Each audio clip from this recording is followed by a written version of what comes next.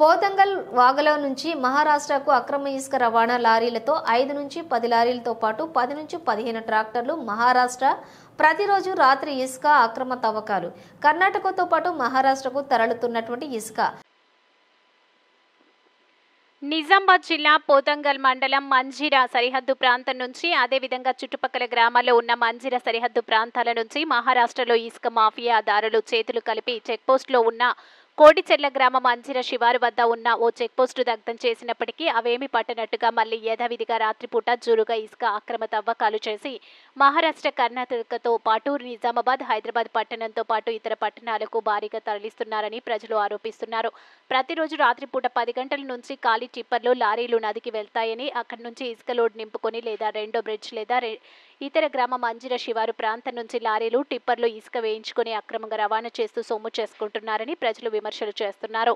వాల్టా చట్టానికి తూట్లు పొడుస్తూ ప్రతిరోజు ఇసుక మాఫియా జోరుగా జరుగుతున్నప్పటికీ సంబంధిత ఉన్నతాధికారి రుద్రూర్ మండలం సిఐ కోటగిరి మండల ఎస్ఐ ఇసుక మాఫియా కఠిన చర్యలు తీసుకోవాలని ఆరోపిస్తున్నారు.